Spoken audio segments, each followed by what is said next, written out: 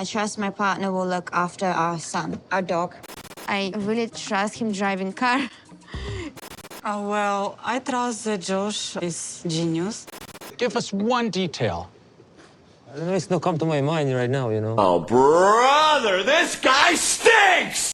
So the couples all meet for group therapy with James and Heidi. They ask the couples to write down what they trust about each other. We're gonna get into a trust-building icebreaker, writing down things that you trust about your partner. I couldn't help but judge some of the answers that they gave, such as Sophie. Sophie gave an answer that was not what I was expecting. I trust my partner will look after our son. After our son? Our dog. She says that she trusts Rob with the care of their son. Cute. That's a cute answer, but that's his dog. What about, mentioning that you trust Rob with taking care of you? Because when you moved to the US, Rob paid for everything and let you stay in his home, and you complained about everything the whole time. So I wish Sophie would have gave an answer like that one. She never sounds grateful for anything. Oh yeah, and Rob, they didn't even show Rob's answer. So that was weird. I was curious to see what Rob would have said. The dog one is a waste because it's my dog.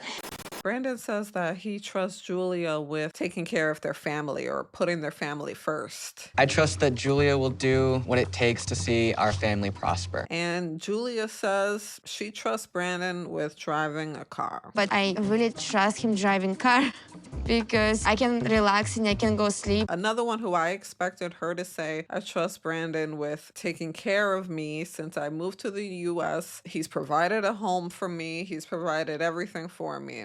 Julia's another one that gave an ungrateful answer, which is really surprising.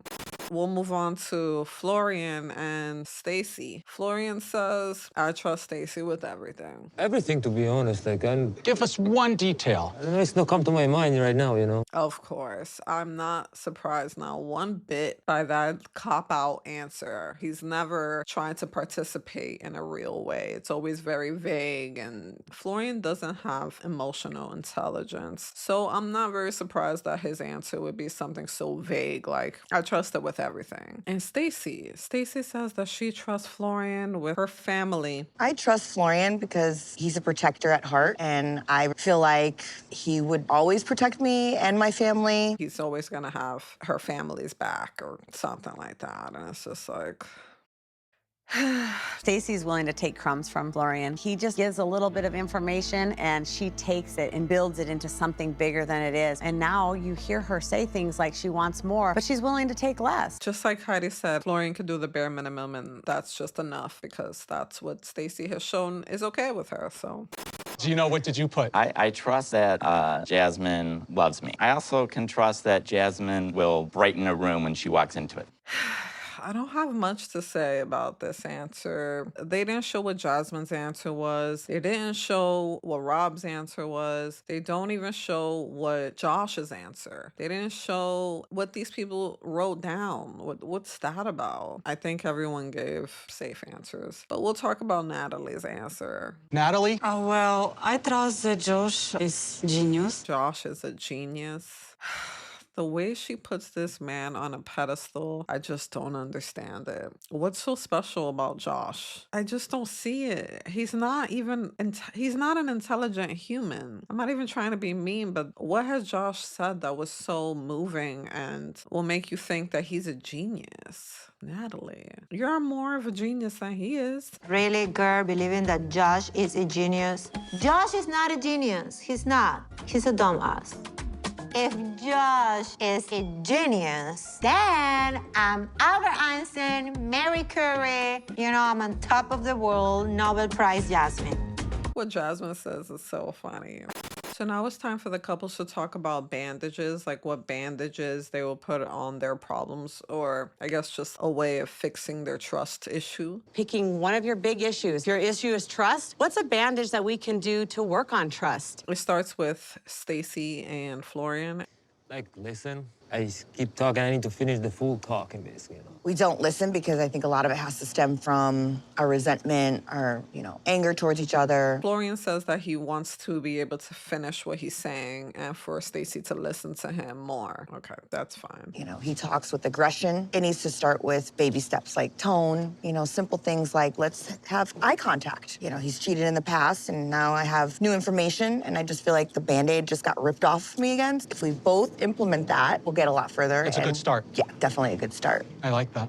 Stacey says she would like them to communicate without screaming, without aggression, with eye contact, with patience. And I just think her answer was so perfect. Stacey is maturing so much. I'm watching her mature so much. She said to Florian to speak to me more gently, speak to me more calmly. Florian says he can't, that's just who he is. It's just to be aggressive. But Stacey's not an aggressive human. So she said it perfectly when she says that. She can't listen when somebody's being aggressive. Okay, well then when I ask you about these kinds of things, stop getting aggressive and flipping it on me and I get that defensive. That tells me that you're guilty. No, this is how I am, Grow up different culture, different things. When you're yelling at me, it's like it goes in one ear out the other. Come softer. If you want me to be soft, you have to be soft. And I just think she is maturing so much in this show, in this season, and is really taking the therapy serious. It seems like she's really, really trying. No one can say she didn't try when it came to Florian. So I'm proud of you, Stacey. If you ever see these videos, I'm proud of you.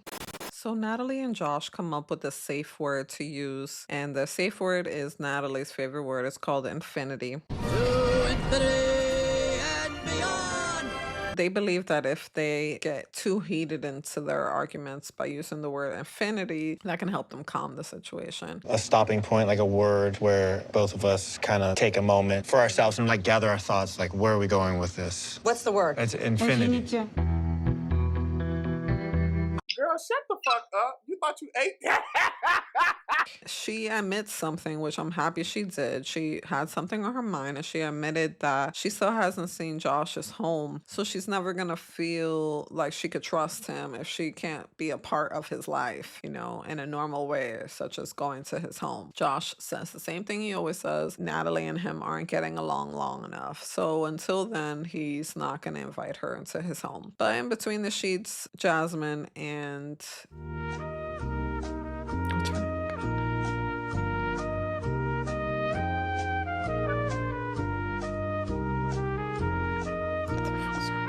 Well, we're waiting.